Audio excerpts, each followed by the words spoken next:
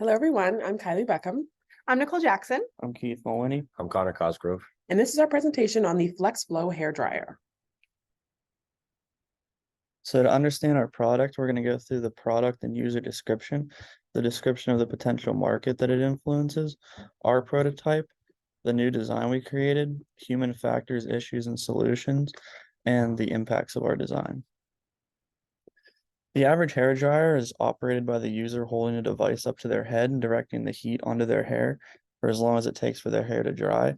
And the task at hand that we're trying to improve is to allow for easier usage and less stress on the arm and shoulder of the user.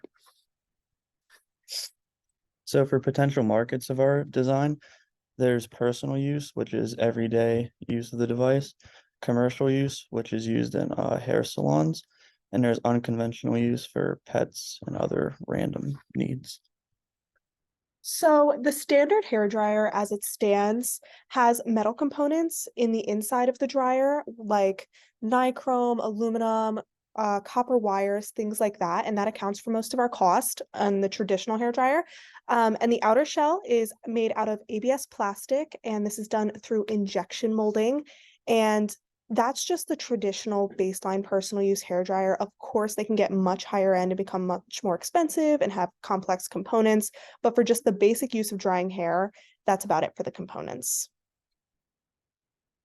Okay, so we gathered some human factors issues from our task analysis, and the main problems we found were there's really high stress ratings in the shoulder, which is what we'd expect due to the user having to hold it up for an extended period of time.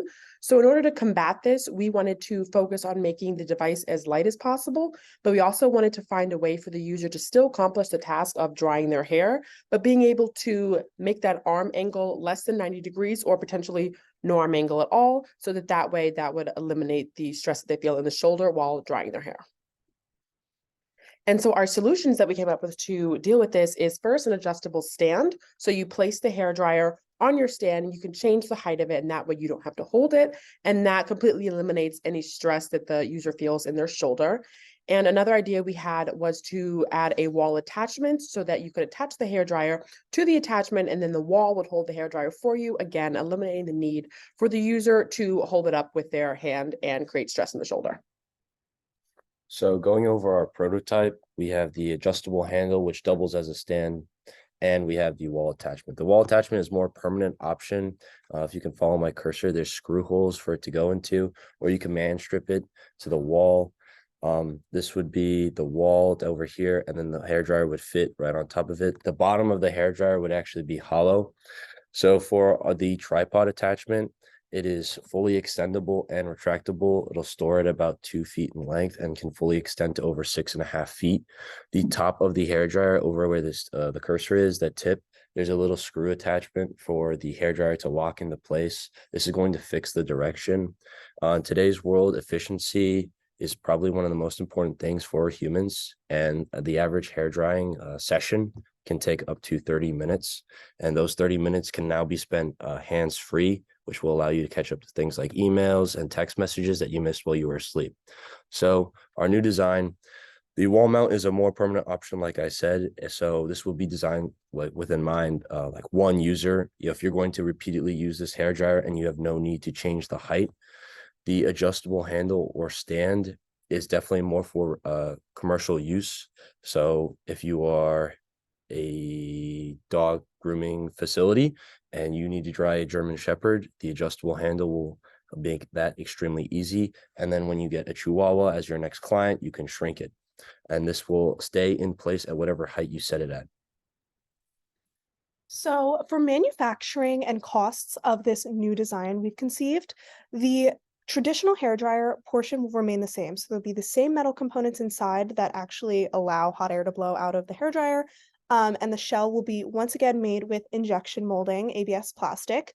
Now, for the new components, we have the extendable handle, which is created out of multiple circular units attached to each other that collapse into one another. And all of these circular units have consistent cross-section, which allows us to use extrusion molding. And for the wall attachment, it's a bit more of a complex geometry, as you saw in the last slide.